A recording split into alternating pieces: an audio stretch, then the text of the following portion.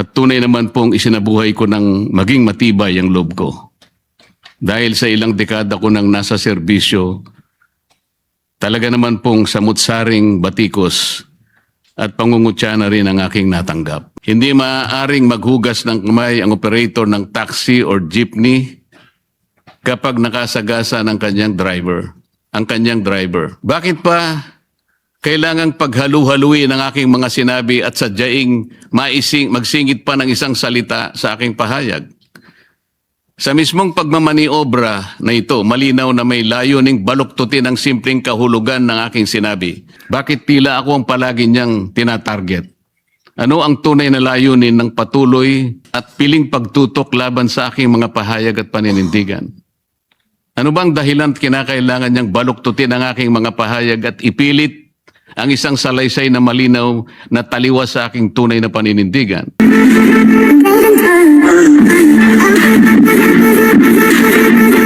Senator Dante Marcoleta is recognized.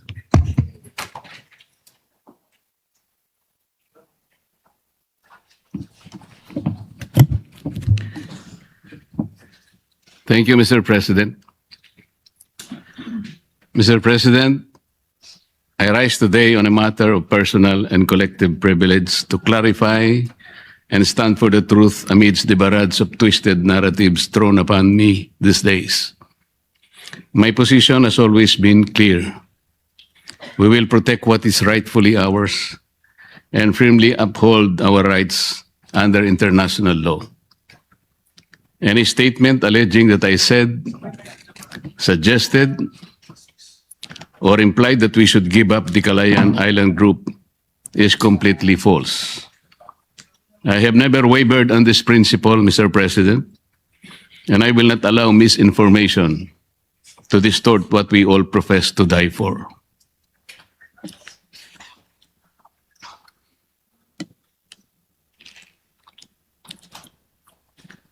Cheap fakes. These are deceptively altered contents created through basic editing techniques. May appear simple, yet their consequences are profound. With nothing more than selective splicing, omission, or rearrangement, narratives can be distorted, reputations can be damaged, and truth itself can be compromised.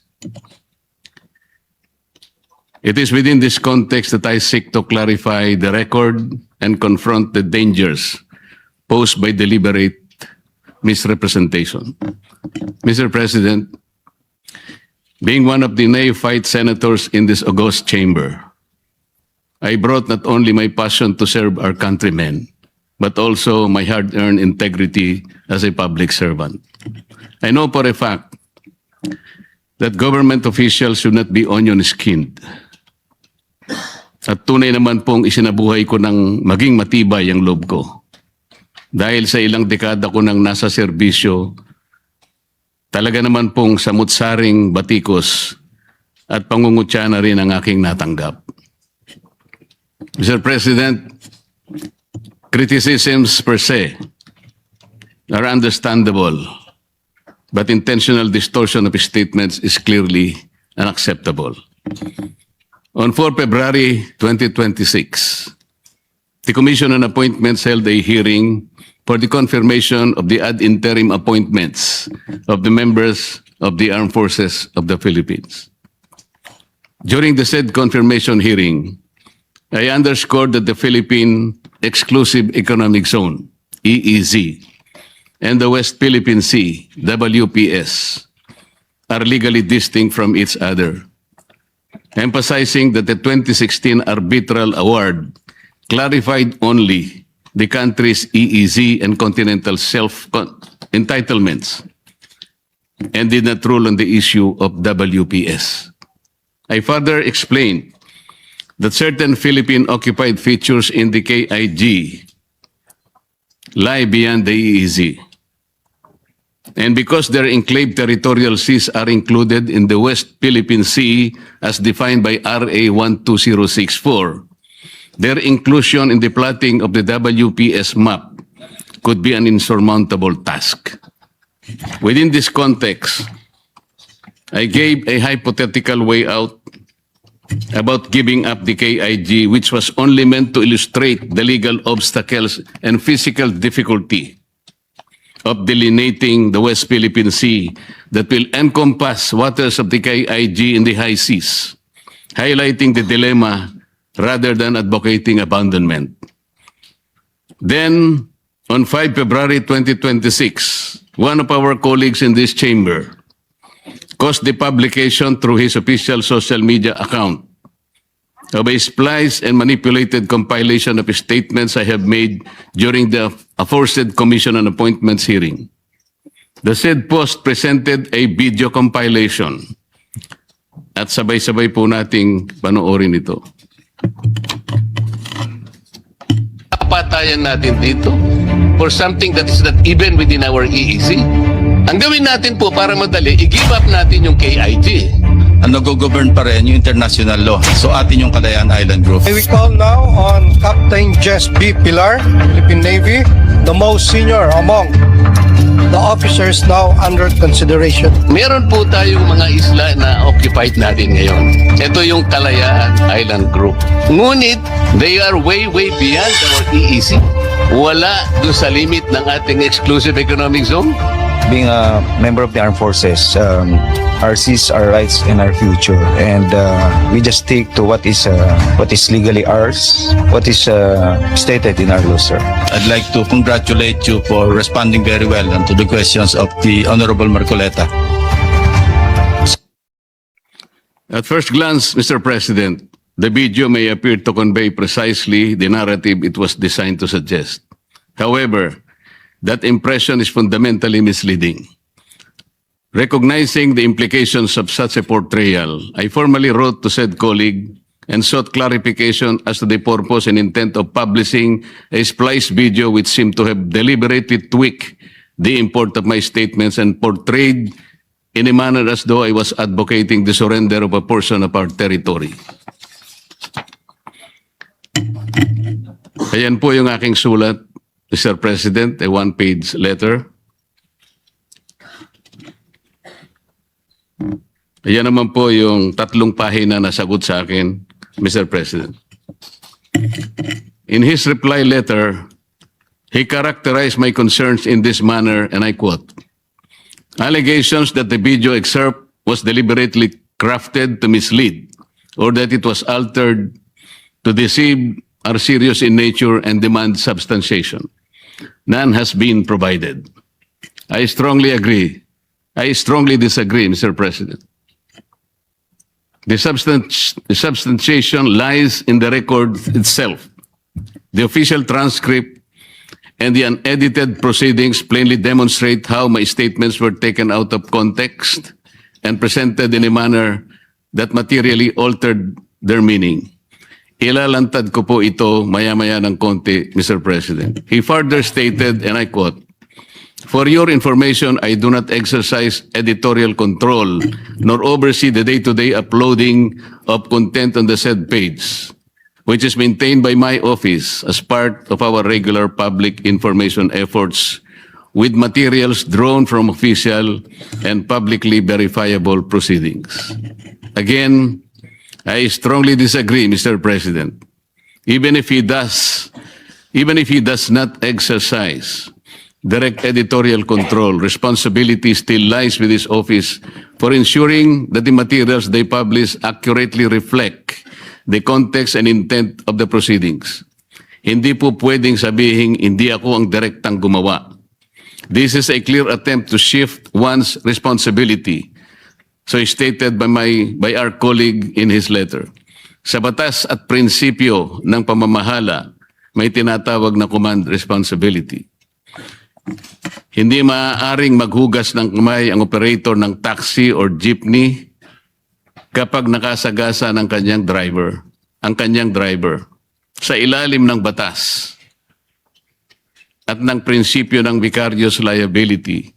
Ang operator pa rin ang nananagot dahil siya ang nagmamay-ari ng prangkisa at namamahala ng mga sasakyan. Ganon din ang may-ari ng karinderya.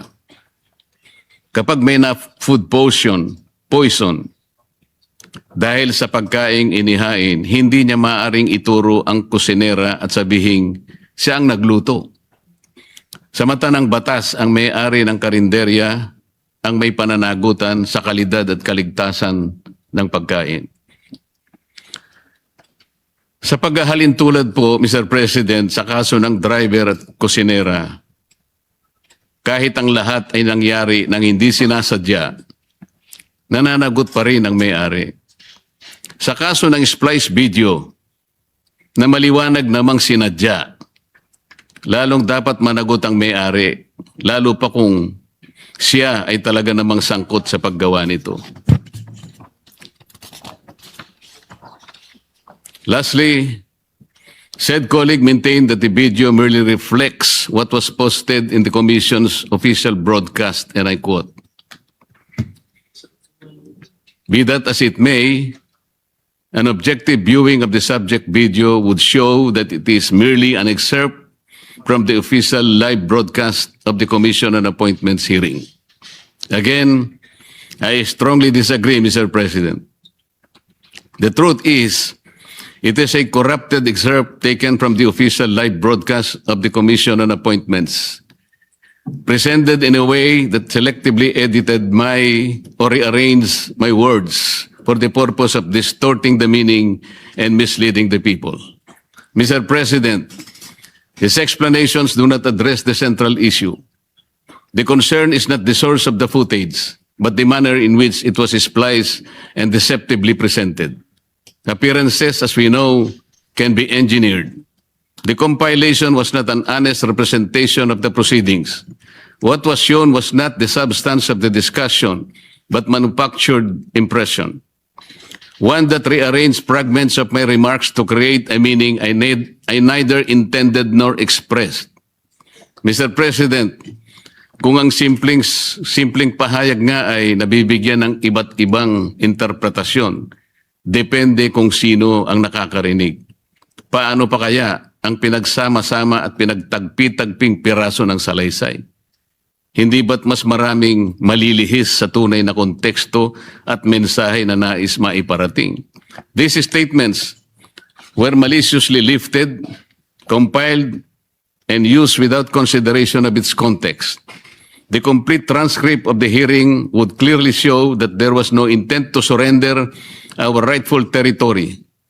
As I previously said, it was only to illustrate the Herculean task of delimiting the West Philippine Sea in relation to the enclave territorial seas of each of the occupied and claimed features in the Calayan Island Group, most of which lie in the high seas. Mr. President, in the interest of transparency and fairness, I will be presenting the original video excerpts from which the circulated clips were taken, alongside the edited compilation that was posted on our colleagues' official page, and the pages of the transcript where it was lifted from. By laying them side by side, we and the public will clearly see how particular statements were extracted from different portions of the hearing and rearranged in sequence to construct a narrative that did not exist in the actual exchange. The comparison will demonstrate in concrete terms how selective cutting and reordering of remarks can transform a hypothetical illustration into what falsely appears to be a categorical position. In doing so, I seek clarity so that the record may speak for itself, complete and unaltered.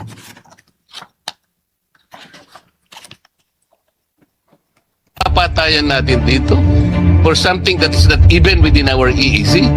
Ang gawin natin po para madali, i-give up natin yung KIG. Ano ba talaga ipagpapatayan natin dito? We will offer our lives, including the lives of our children, and to die for it, for something that is not even within our EEC. Ang gawin natin po para madali, i-give up natin yung KIG. Then, mako-coordinate na natin lahat. But until and unless nandun yung KIG, wala nga po nasa labas po ng ating exclusive economic zone. Paano po malalagay sa entire West Philippine Sea? Mr. Chair, kaya po yun ang dahilan, hindi po tayo makagawa ng mapa para sana ma-submit na natin. And in our lifetime, we will able to see doon sa entire stretch ng South China Sea, lalabas doon ang West Philippine Sea. Ang video na nasa kaliwa, Mr. President, ay nagmula sa Facebook page ng ating colleague.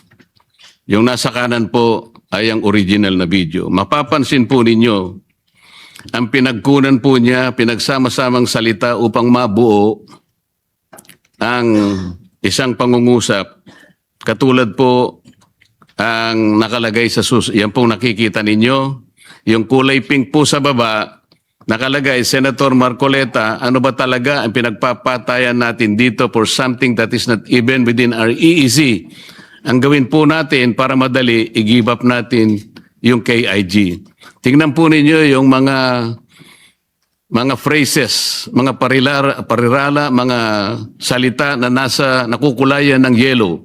Doon po niya kinuha lahat yun at pinagdugtong-dugtong.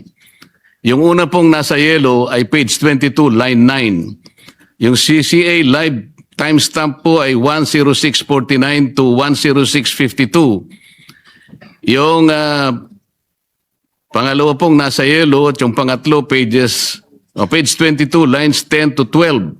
CA live timestamp 10658, 10704.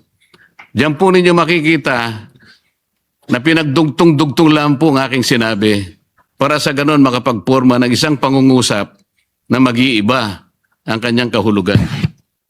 Ang pahayag kong ito, Mr. President, ay matatagpuan sa page 22, line 9 at lines 10 to 12 ng CA transcript of stenographic notes noong ika-4 na Pebrero kung saan tinanong ko sila kung alam na ba natin ang ating coordinates sapagkat ang ating mga kasamaan sa armed forces ay nakikipagpatayan upang proteksyonan o protektahan ang ating teritoryo kahit na wala pa tayong kasiguraduhan sa hangganan nito.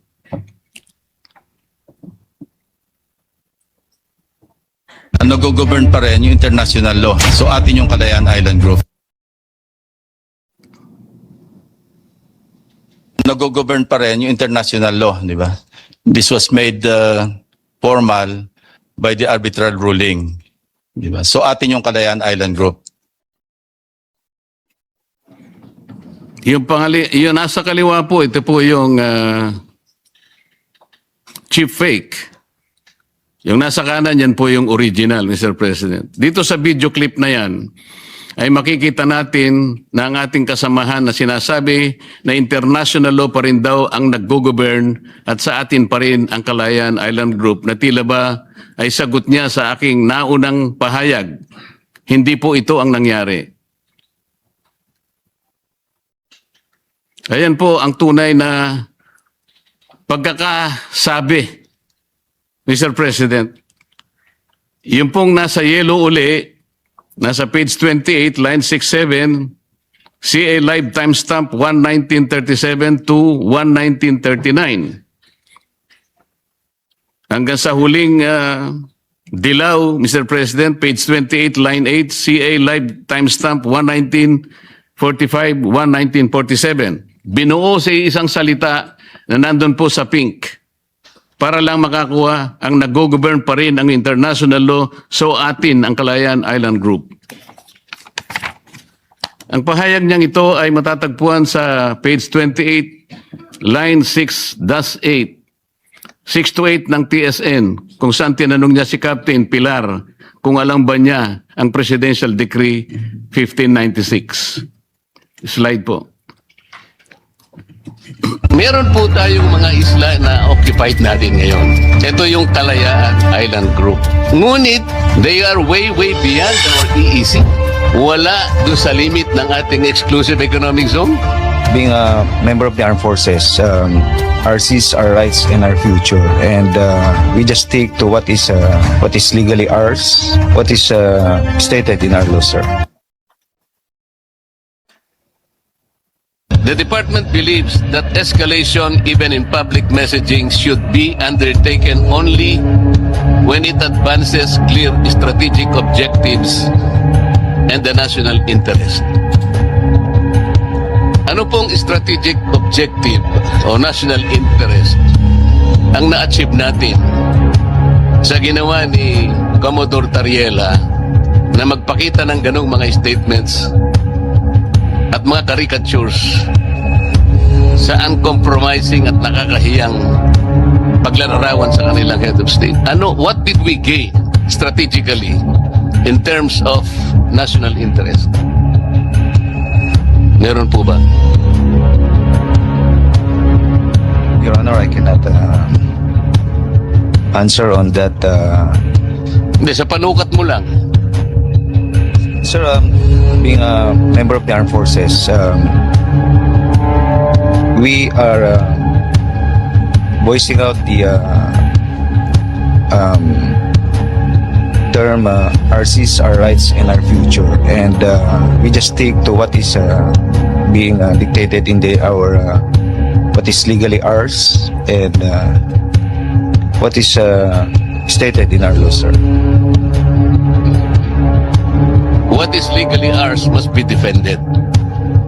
Must be protected, and we should fight it out to the last drop of our blood.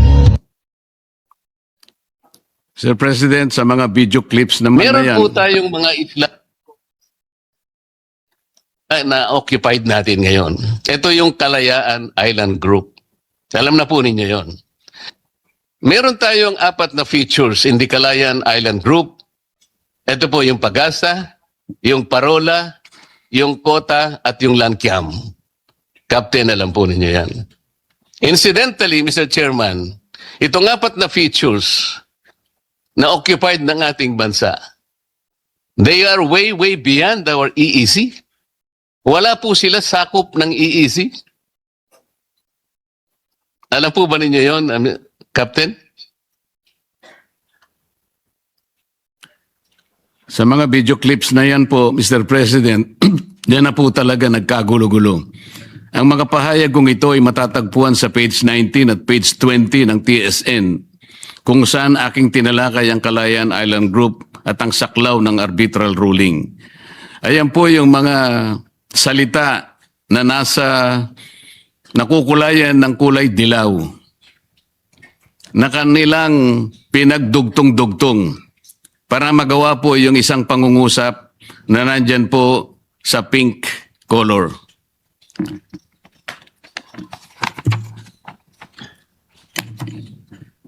Ayan po, yung page 19, line 58.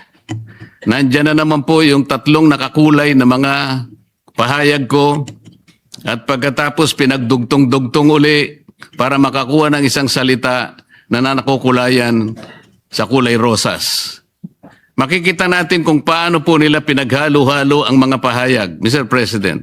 Some words taken from page 22 of the TSN, the others were from page 28 at another from page 19. Hindi lamang po yan, iba-iba rin ang pagkakasunod-sunod ng pahayag kong ito sa page 19 ng TSN. Merong nasa line 25, biglang pumunta sa line 21, tumalon sa lines 7 to 8 at nasa page 20 at muling bumalik sa lines 5 to 8 ng page 19.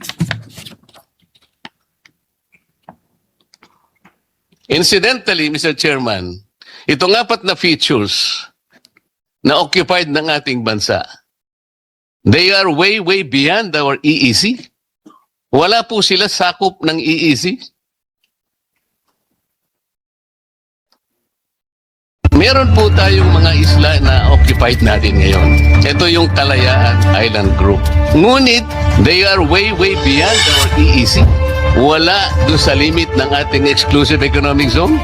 Being a member of the armed forces, RCs, our rights and our future, and we just stick to what is legally ours, what is stated in our law, sir. Napansin po ba ninyo, Mr. President? Doon sa original, yun po yung bandang kaliwa,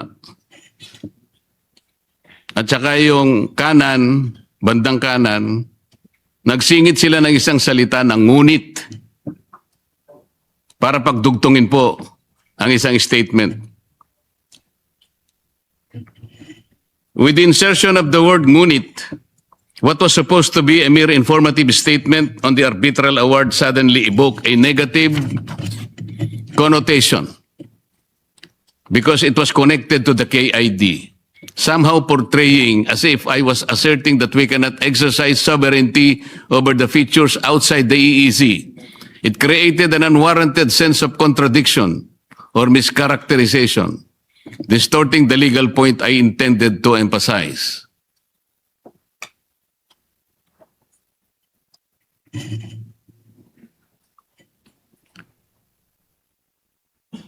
Ayan po ang order of events.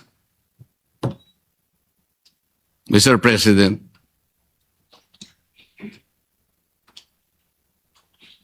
Do sa version po na chip fake, ayan po yung 10649 to 10737. At ang timestamp po sa CA's live feed, 11937, 11947, 1017 to 10145, tsaka po yung 57, 51, and 5916. Mr. President, malinaw sa slide na ito kung paanong pinag-iba-iba ang pagkakasunod-sunod ng mga video clips. Nagmula ang mga pahayag sa iba't ibang timestamps kung saan iba't iba rin ang pinupunto ng bawat isa. Bakit pa kailangang paghalu-haluin ang aking mga sinabi at sadyaing magsingit pa ng isang salita sa aking pahayag? Sa mismong pagmamaniobra na ito, malinaw na may layuning baluktutin ang simpleng kahulugan ng aking sinabi.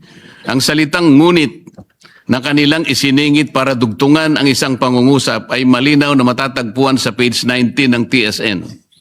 Ipinalalabas nilang ito'y tuloy-tuloy kong sinabi, gayong sa opisyal na record ay malinaw na magkakahiwalay ang aking mga pahayag. Ang ganitong pag-edit at hindi simpleng pagkakamali lamang. Bagkus isa pong buktot na planadong pagkilos at tuwirang pagpapalit ng konteksto na nagpabago sa kahulugan ng aking mga ipinahayag. If we take into account the entirety of my discussion, Mr. President, the statements clearly express a theoretical choice, if only to illustrate the legal conundrum in connecting the maritime areas of the KIG features and not an advocacy of surrender, abandonment, or renunciation of any part of Philippine territory. But this was not the account in the edited material used as a contraption. Although the statements were indeed made during the hearing, the video he posted on his Facebook account was a spliced and reordered version that deliberately rearranged my remarks to cast me in a negative light. By selectively cutting, fragmenting, and reassembling portions of my statements out of their proper sequence and context, he fabricated a narrative that is intentionally deceptive.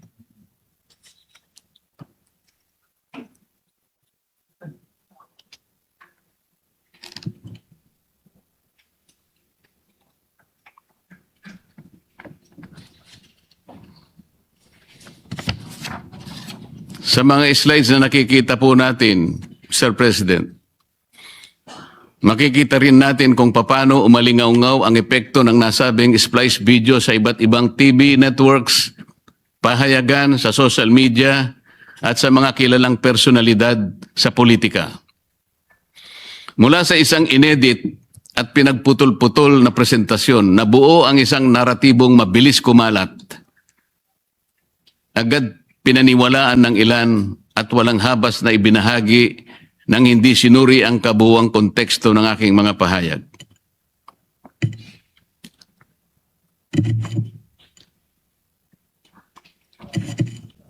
At noong ika-16 ng Pebrero 2026, kagaya po ng nakikita po nyo, muling naglathala ang nasabing colleague sa kanyang official website at sa kanyang Twitter account tungkol sa aking plano na pagsasampa ng ethics complaint na tila ba may pangungutya pa nang sabihin niyang hindi raw siya marunong mag-splice ng video at kung maaari ay turuan pa siya. Ayan po ang nilagay niya. Ang ganitong pahayag na wari pagbibiro ay isa lamang paraan ng pag-iwas, ngunit halata naman na ang paratang ay hindi naitanggi. Ginoong Pangulo, kahit pa marunong akong mag-splice o mag-edit, kailanman ay hindi ko ituturo kung ito ay gagamitin sa kamalian na magdudulot ng kalituhan o kapahamakan sa aking kapwa. Ang sabi nga niya, ang tama ay ipaglaban, ang mali ay labanan. From his own words, his own slogan, his own political battle cry, let us walk the talk, Mr. President. He did not stop at posting the splice and misleading video.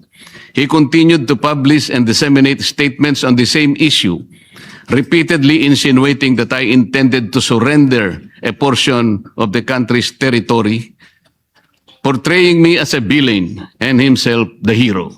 Ang kulit. In his interview with DCBB 594, February 5, 2026, posted on his official YouTube account, he once again talked about the same topic. Ito po ang sinabi niya. Nang narinig ko, sabi ni Senator Marcoleta, na ipamigay na lang natin, hindi ako nakapigil.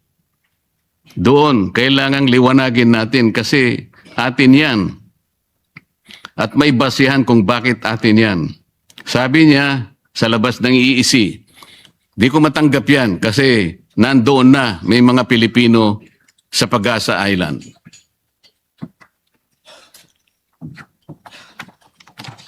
On February 7, 2026, sa nakikita nating social media post, ayan po, Mr. President.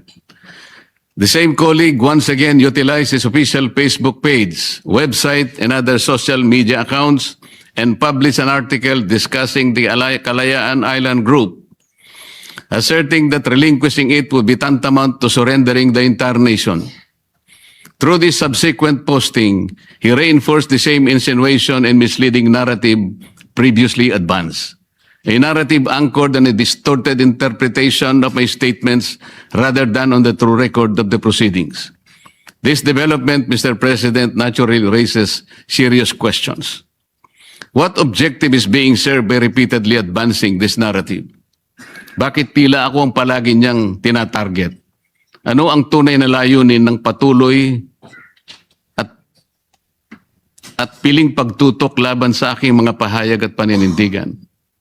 Ano bang dahilan kinakailangan niyang baluktutin ang aking mga pahayag at ipilit ang isang salaysay na malinaw na taliwas sa aking tunay na paninindigan? Mr. President, truth cannot be distorted by editing, nor can integrity be blemished by manipulation. Every issue needing public discourse should start and end in floor debates in this chamber, not in the cover and comfort of partisan media. When statements are deliberately stripped of context and repackaged to mislead the public, the injury is not merely personal, it is institutional. It corrodes trust, distorts democratic debate, and undermines the very standards of fairness this chamber is duty-bound to uphold. I therefore place on record this demand for clarification, firm in the conviction that reasoned discussion must prevail over misrepresentation. Para sa kalaman ng lahat, falsification of a video recording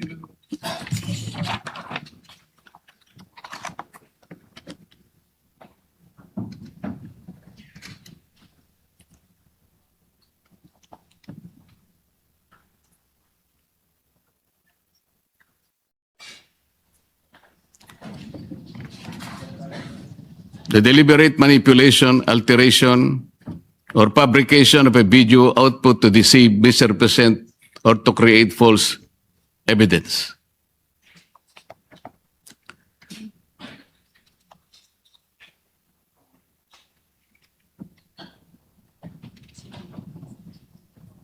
Yung slide 25, please. Ayan po. Mr. President, these are not trivial matters. Legal repercussions can arise. For when public platforms such as Facebook and YouTube are used to amplify misrepresentations, the consequences extend beyond individual reputations and risk misleading the very people we are sworn to serve. Such acts may constitute violations of Cybercrime Prevention Act of 2012, particularly under provisions of penalizing online libel and the spreading of false information through video forgery and tampering. Lest we forget, the sacred wordings of the PMA Honor Code and Honor System, so ingrained in the hearts of every cadet, are cast in stone. Let me quote this, Mr. President. The Honor Code is our pride as it is our heritage. We will hold its trust long after we have left the gray line. We will be guided by its principles of fearless truth regardless of consequence, a sine qua non in our profession of arms. Our code does not deviate from the universal concept of honor. It demands the truth, nothing else but the truth, both by act and implication. Each cadet becomes a zealous guardian to his earmark of the Corps and will report another or himself for a violation of honor. It is in keeping this priceless legacy from our predecessors that we seek to transmit it unblemished to the unending gray line. Mula sa PMA Code, Ginoong Pangulo, dalawa pa lang napaka-importanting tanong ang dapat masagot ng bawat kadete ng Philippine Military Academy. Una, do I intend to deceive? Pangalawa, do I intend to take undue advantage? If a cadet can answer no to both questions, he is not guilty of any honor violation. Ngunit kung hindi ka naman makakasagot ng hindi sa dalawang tanong na ito, wala kang karapatan upang matawag na marangal. Mr. President, if the Philippine Military Academy requires every cadet to answer 2 questions on the virtue of honor, shouldn't we ask ourselves if we all deserve the honor of serving our people in this chamber? Mr. President, when he spoke last February 21, 2026, during the PMA Alumni Homecoming where he was guest speaker, he declared, and I quote,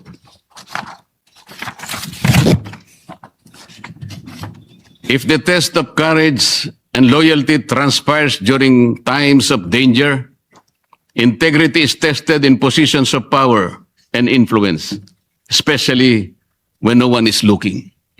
If it were so, Mr. President, then this is a powerful reminder that those who hold positions of authority must exercise them with fairness and fidelity. Yes, fidelity to the truth. Precisely because we possess influence, we bear a greater responsibility to ensure that we present to the public, what we present to the public is complete, accurate, and not deliberately framed to mislead. Integrity, after all, Mr. President, is not proven by rhetoric, but by conduct. Ginoong Pangulo, ang katotohanan ay hindi maaring tabunan ng ingay. At ang paninindigan ay hindi maaring yurakan ng panlilinlang. Uulitin ko po, hindi po ako kailanman nagsulong ng pagsuko ng ating teritoryo. Ako'y naninindigan para sa malinaw, tapat at responsableng pagtalakay ng batas at ng ating pambansang interes. Sa harap ng baluktot na salaysay, ako'y nananatiling matatag sapagkat sa huli, ang katotohanan ay mananaig at ang taong bayan ay may karapatang malaman ng buong katotohanan, walang dagdag, walang bawas, walang panlilinlang. Maraming salamat po, Mr. President. Yes, Senator Amy Marcos, you recognized.